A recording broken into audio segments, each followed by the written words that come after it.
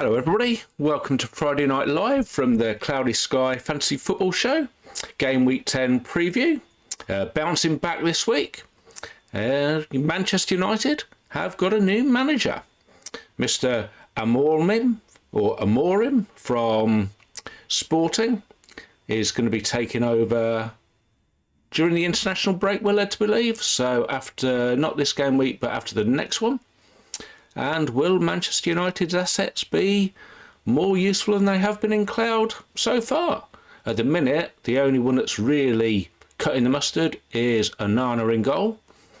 Obviously, with their reasonable season last year, they're priced at the higher end, and their better players are all listed as strikers in this game, apart from the effervescent Bruno Fernandes, who is obviously an expensive midfielder and a slot where we have plenty of competition at the minute at the high end of midfield. Palmer and Saka are definitely doing the business, and as mooted on last week's podcast, Bowen might be making an appearance in late November, early December with West Ham's single game day fixtures. So interesting times. Will we need to cut our cloth somewhere else to fit these United players in?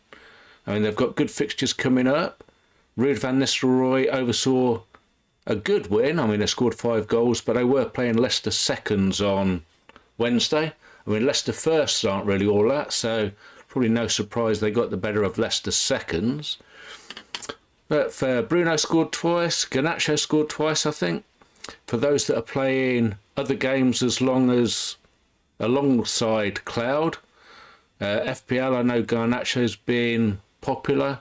Those that are playing Dream Team, I mean, they were very good in midweek. 20-odd points, I think, for both Garnacho and Fernandes in the midweek game this week. So, interesting times ahead. And for those that aren't United fans, it'll be interesting to see how they go. There have been so many new potential bounces with these incoming managers ever since Fergie left, and they haven't really got it right yet. Is this guy the one to do it? We shall see. Their mojo always seems to be to buy expensive end players, give them big wages, and none of them really improve at United's at the minute. So interesting times ahead. So without further ado, let's get on to the preview for this week. We're going to, as usual, take a look at some questions, which will help us look through some of the stats. Then we'll go on to my team, what I'm looking to do, and hopefully not too much this week is the short answer, but we'll have a look and see a bit further ahead. Can have a look at a bit of fixture as well. I think there might be a couple of changes coming up in December due to the EFL Cup this week. So let's have a look. Hi to Windy and to Spartans in the chat. Evening, gents. Hope you're well.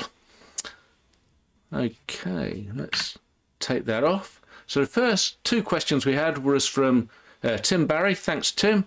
He said, quite simply, Solanke, and a disgusted face. And then from Cloud FF Loser on Twitter, he sent 3 questions in. The first one was, really looking forward to it, Ian. A few quick questions from me. 1, is it time to give up on Solanke in spite of upcoming fixtures and a single game day? So let's have a look at Tottenham, because I'm not convinced they have got a single game day, to be honest. Their fixtures are Aston Villa this week. They play on Sunday. That's the early Super Sunday game.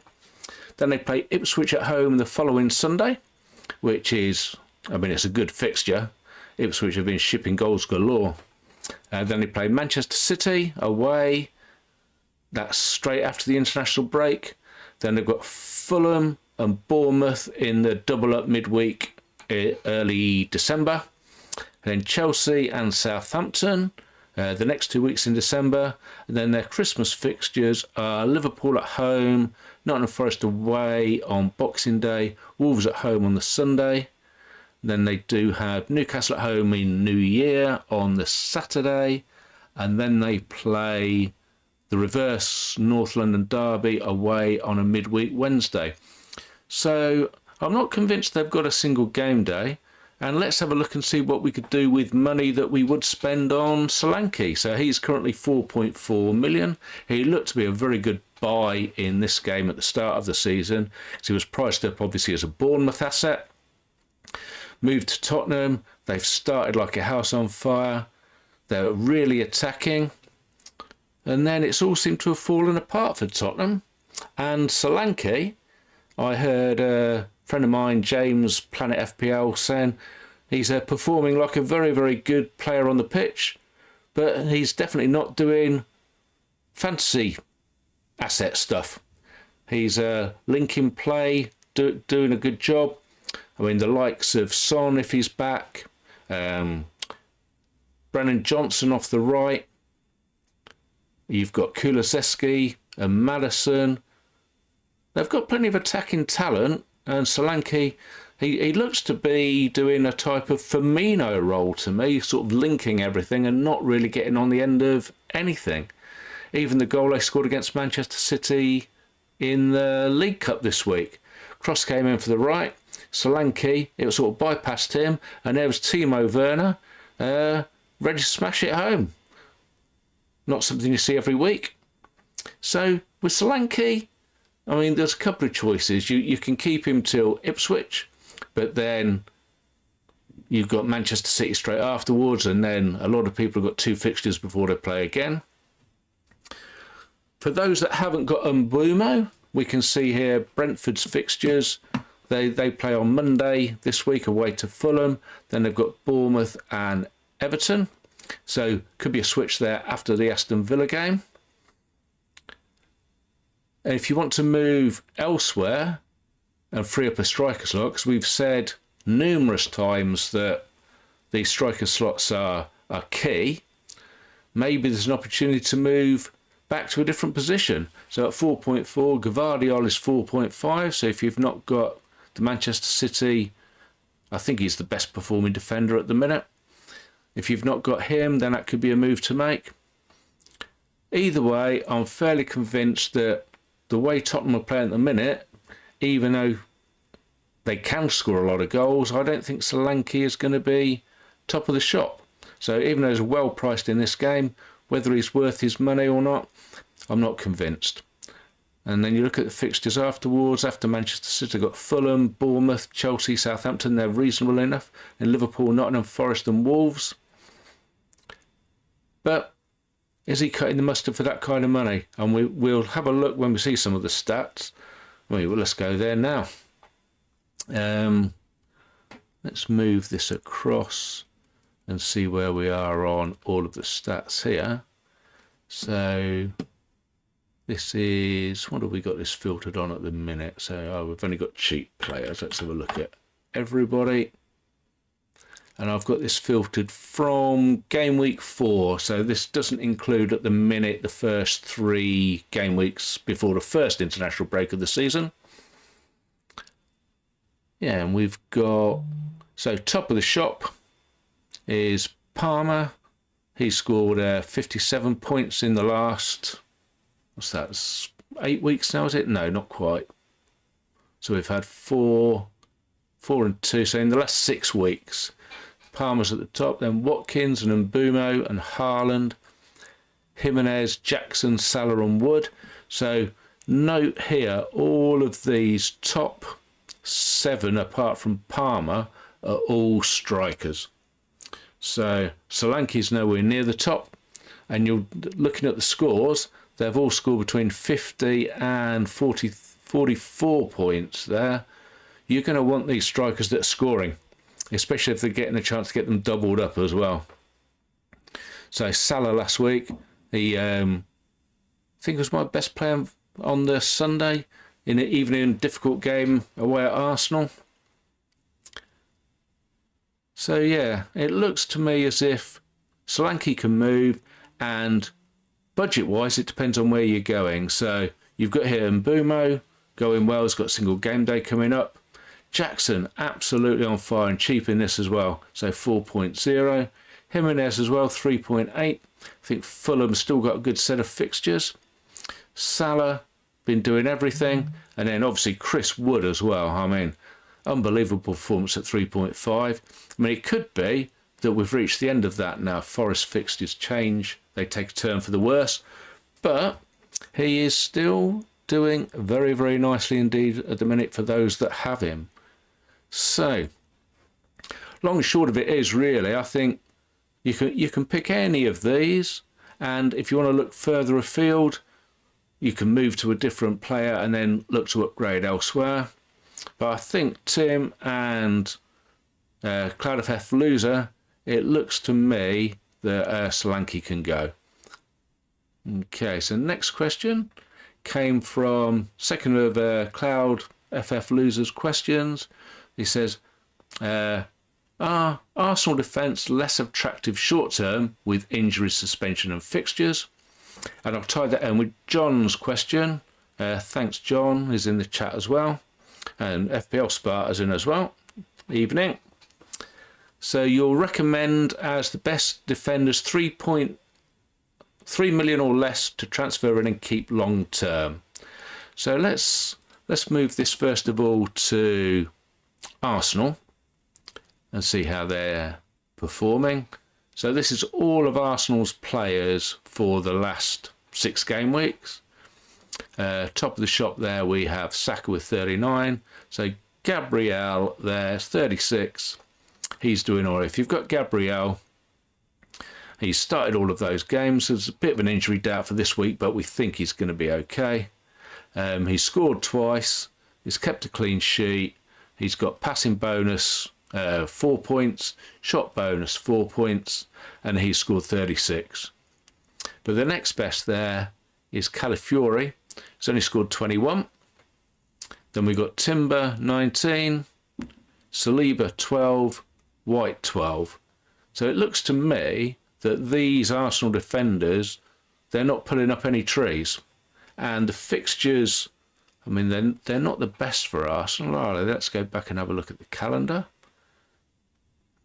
So we see Arsenal, they play Newcastle away, then Chelsea away, and then things start to improve. They've got Nottingham Forest at home, West Ham away, Manchester United at home, Fulham away, Everton at home, Palace away, Ipswich at home, all before New Year. So once we get the next 2 out of the way, there's room for improvement. But whether you want to be carrying more than one is a different story. I know a lot of people transferred out Saliba, me included. Sorry, it don't need to be on that page. We want to be moving further across. Bit of a spoiler alert for what's coming up later on though. So yeah, it looks to me, and we'll sort of transfer in here to Spartan's question, and I'm going to put all of those defenders back, and then I'm going to move this away from goalkeepers, away from midfielders, and away from strikers. And I'm going to put this down at 3 million. So this is going to move everybody in defence that's priced at 3 million or less. So top of the shop there is Pinnock. He's scored a couple of goals. Second in line is Justin. He scored a couple of goals. Then next, which did surprise me, Ashley Young at the, however old he is now, he must be closer to 40 than 30, you would think. If not, he's certainly getting up there. So he is 2.5. Nobody owns him. And he scored 34 points in the last 6 weeks. He's got 3 assists and 2 clean sheets, 4 tackle bonus points, a shot bonus point, and he's also had a yellow card to take away from that as well. So then the next on the list, who is another one that's been entering thoughts for those that play other games to this one, is 8 Nori of Wolves, and he has scored 3 goals and an assist in the last 3 games. He's got tackle bonus and a shot bonus, and he's had 3 yellow cards as well. So he's only 1 yellow card away from a ban now, I think. So let's have a look at see how these play out in the charts. So we see Pinnock at the top. He's got 40 points in the last 6 weeks. And then 20th in the list at these 3 million or under is Tete. Then we look to the next one. So this is their points per 90 minutes. And you can see an outlier here. So in the last 6 weeks, Van Heck, he has scored. So he scored. So 20, 30, no, 25 points. Yeah, 20 points. 20 points, just over. But he's missed some games. He's back now. And he is 6.77 points per 90. So that's looking good there. This is the ownership. So those at the higher echelons of ownership here, we have Munoz, 16%, Murillo, 14%, and Van Heck, 14%. That's a Robinson sort of a spike in that graph there. Everybody else right down in the doldrums. And then we've got players by points per million. So Pinnock at the top there. Let's just move this across a bit. And this is points per million per 90. So again, Van Heck is the one that's shooting up out of the rankings there. Tier points. So Pinnock at the minute, he's getting tackles and passing and shots. You will get shots if you score the goals, I guess. Then we move on to ownership. So those at the top here, Munoz and Van Heck and Murillo. And points per 90. So we've got, a few waifs and strays amongst that lot. Simicast is one there. I mean, Robertson for Liverpool played in the League Cup and he played 90. So there's a chance there that he might have lost his first team spot to Simicast, but that looks a bit risky until it transpires. So I think my answers, John, would be Van Heck.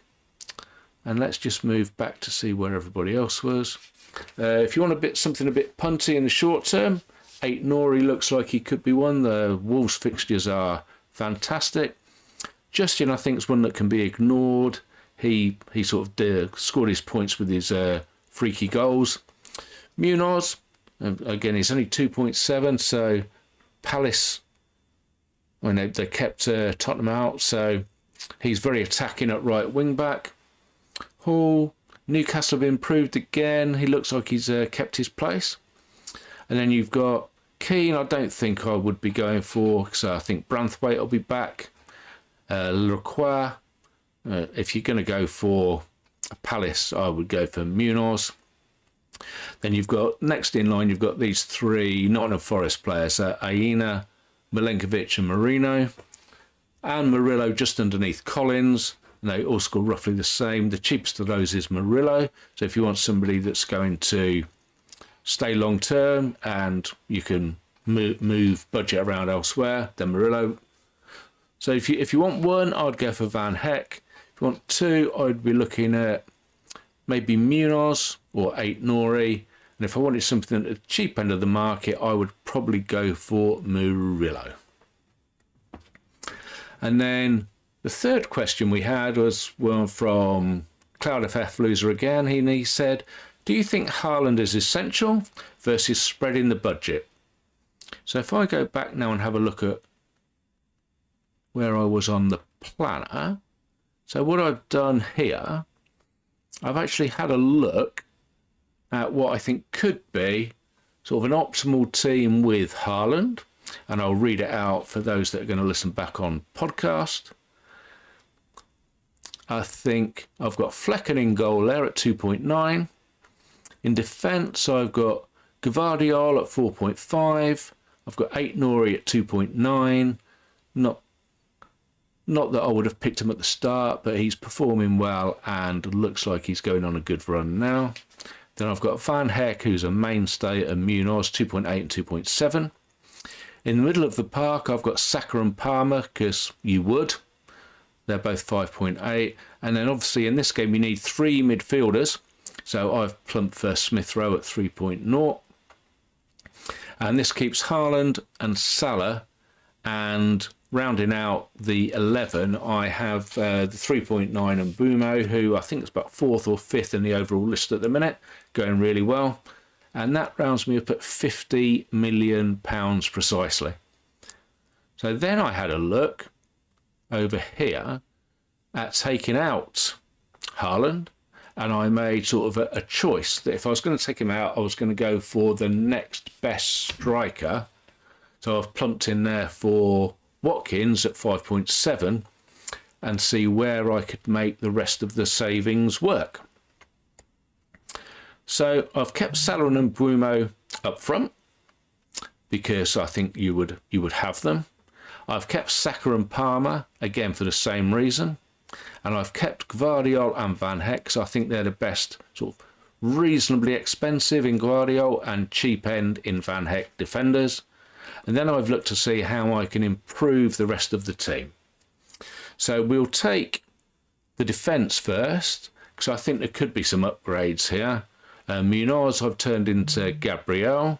As we've seen previously, he's doing the best for Arsenal. They've still got what we think is the best defence. He's getting some kind of bonus. He's got good attacking threat. And the Arsenal defenders in this game are reasonably cheap. He's only 4.3. I've plumped for Romero because he seems to be getting some kind of bonus in every single game, whether it be shots, tackles or passes. He's scored as well. Tottenham haven't looked like keeping too many clean sheets, but if he does, then there's a bumper haul there somewhere along the way. I think earlier in the season he scored a 40-pointer as captain. I've made an upgrade in goal. I've gone for Sanchez. He's only 3.4. Chelsea, they're improving, and he's doing well in the goalkeeper stats. And that left me 0.1 to improve on Smith Rowe. And the one I went for there is Buonanotte. He's performing well in the cheap midfielder stats, and if Leicester do ever get a single game day, then he could be primed and ready to go. So, in answer to your question, Cloud FF Loser, I wouldn't say that Haaland is essential, but when I look at the upgrades you can make for the rest of the team, are we saying that Watkins, Buonanotte, Gabriel, Romero and Sanchez are infinitely better than Smith Rowe, Munoz, Aït-Nouri and Flecken alongside Haaland? I would say that's very difficult to go one way or the other. And the thing with having Haaland is, if he does bang and you've got him, that's great. You're alongside 80% of the game. We'll have a look at the transfers in a minute and you'll see that somebody actually sold him this week. But yeah, he's still going to be the highest owned. If he bangs and you haven't got him, you're in trouble, really. You're going to be losing to 5-6 of the field, maybe even more. So, food for thought. So on that note, let's have a look at the transfers and see where we are this week. So, let's just move this across a bit. Okay, just going to move that slightly. There we go. So I have filtered this. This is game week 9 transfers, and I've filtered this here on anybody that's gone up or down by 0.7% or more. So we can see at the top here, there's the sort of 3 big ins. Cole Palmer, 21 people brought him in. He's now up to 70 and a bit percent. So 5.7 percentage change on his incomings. Then we have Brian Mbeumo, 4.9% percentage change, so 18 people brought him in.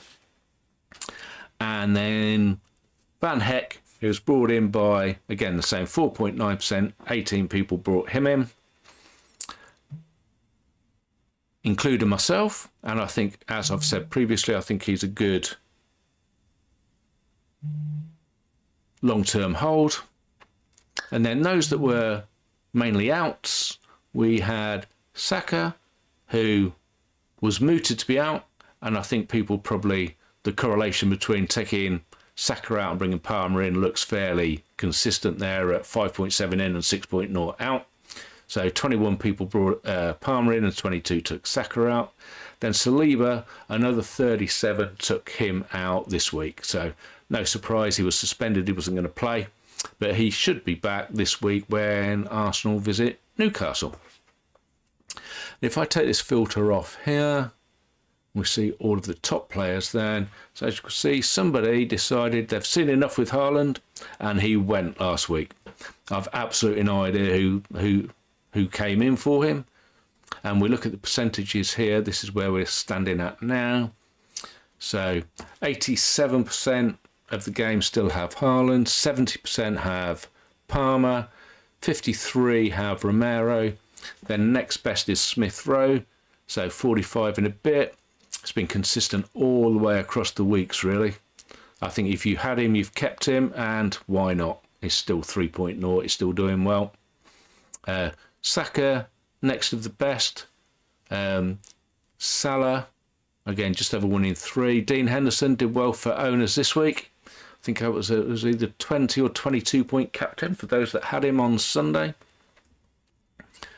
Saliba still in 3 and 10 sides have him, even after people took him away. And then we've got Gvardiol. Eze, he's one to monitor this week. Looks like he's injured. For those that have Eze, I would think you need to be looking at what your next move might be.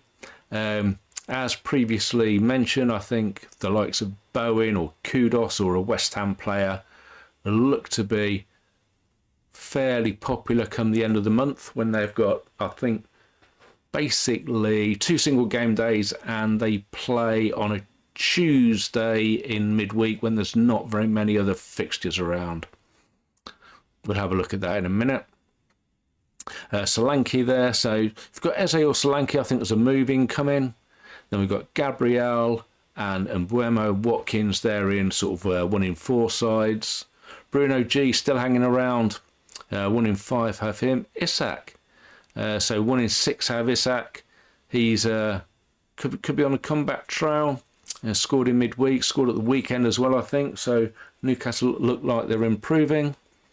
And then there's a few there still in 1 in 6. We're looking at Porro and Munoz, Dunk, another one that's injured. So if you've got Dunk and you've got Solanke and you've got Eze, could be some big transfer moves this week, maybe. I mean, the ownership isn't high, but if you've got all 3 of those, you'll definitely be making at least 1 or 2 moves. So it'll be interesting what these figures look like. So at the minute, there's only 12.7% of transfers have been used, so there's still about 35 remaining. I think maybe at the upper echelons there might be a few more than that being used. We shall see. So a bit further down the list then we're looking, so Trent, Chris Wood, Raya, Van Heck, Murillo still there, João Gomez still there, Van Dijk, he's been doing well. I think he's one of the better performing defenders. Kovacic's been absolutely amazing.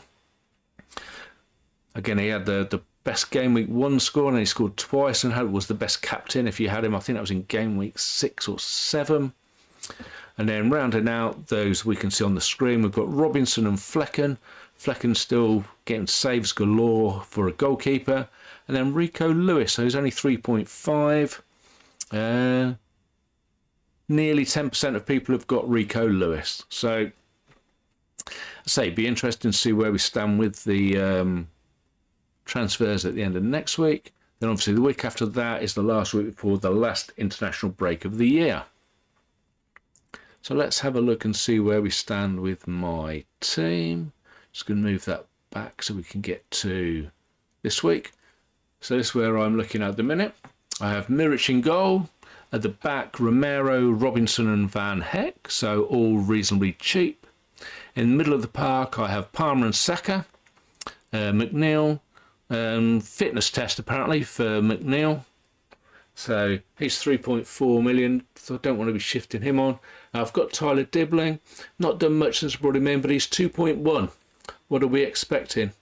He's only got to take the field really and get the odd shot every now and again to sort of earn a crust at that price. And then the popular front 3 of Haaland, Salah and Mbuemo. And then if we just move along a little bit further here, so I say this is where I'm mooted to bring Bowen in for the single game day on the last Monday night football of November. They play Newcastle away. Ignore these bits here because that's what I was discussing with the best team with Haaland. and the best team without Haaland. Then we move along here. So I'm just going to... So this on Tuesday the 3rd, we've got Ipswich against Crystal Palace and Leicester against West Ham. So I think that's where Bowen could be the best captain. And move a bit further along again. And then we find Monday the 9th of December, West Ham against Wolves. Again, it could be Bowen is the man for the job there. I just wanted to mention here, Monday Night Football on the 16th of December, Brighton against Crystal Palace. There is a reasonable chance that that's going to get shifted back to the Sunday, because in this midweek between the Monday and the Saturday is when the Carabao Cup quarterfinals are going to be played. And the draw has thrown up Arsenal against Crystal Palace, which ideally wants to be played on a Wednesday if they move this Brighton to Palace game back to Sunday, because Crystal Palace play Arsenal in the league at Selhurst Park on Saturday for Saturday Night Football. But on that Wednesday, Arsenal's ladies team are playing Bayern Munich in the Champions League. So I don't think that's going to work. So there's further options what could happen. They could move Brighton back to Saturday. There is no Saturday lunchtime kickoff, even though it's a different slot, because that's a Sky game and the Saturday lunchtime should be for TNT. They could move it back to Friday Night Football because there's no game on there and there's nothing the previous midweek to get in the way.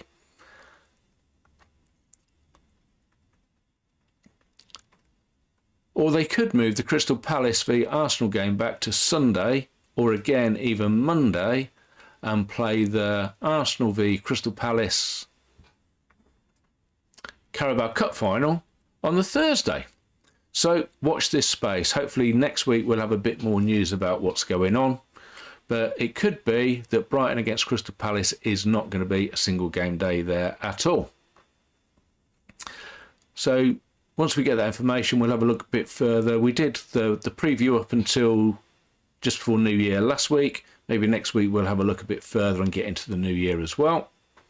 So we'll just move this back and we'll do some predictions on today's games, or this week's game, shall we say.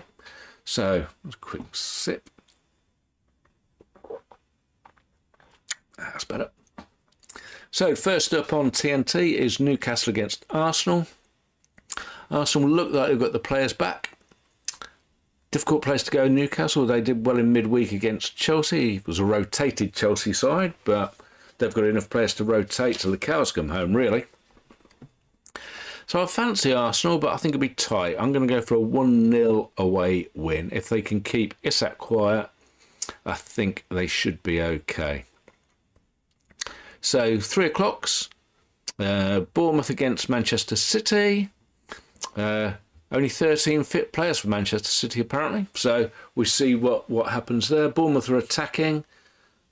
I think they'll give them a good game, but City have just got something. I think they'll probably sneak a win. Haaland to get the winner, and I'm going to go for 1-0 there as well. Ipswich against Leicester, battle of the basement. Neither of these are very good, to be honest. What's going to happen? Who knows? You'd like to think that Ipswich home crowd against a poor side should be up for it. Maybe they'll just sneak it. But no, I'm going to go for a draw. I'm going to go for, I think Vardy will score maybe again. And maybe off the bench, Roy Delap get the equaliser for Ipswich. Liverpool against Brighton, second time in a week. I think there'll be quite a few changes for both sides for the league game. I think Liverpool will have too much for Brighton. Dunk's not playing. Salah and maybe Nunez. No Jota. He's not back till after the international break. So the two of those moving forward. Yeah, I think Liverpool will have too much. I'm going to go for an attacking game. 3-1. Nottingham Forest against West Ham. Forest are playing well. West Ham had a win against Manchester United. A bit fortunate. I think I'm going to go for Forest to win and Chris Wood to score again. I'm going to go for a 2-1. Southampton against Everton. Again, two poorish sides. Southampton really need a win in that game, I think, but I don't think they're going to get it. I think if anybody's going to win, I'm going to go for Everton, and I'm going to sneak that at 1-0. Wolves against Crystal Palace. I think it might be an entertaining game, but I don't think it'll be very good, if that's not being too harsh on both sides.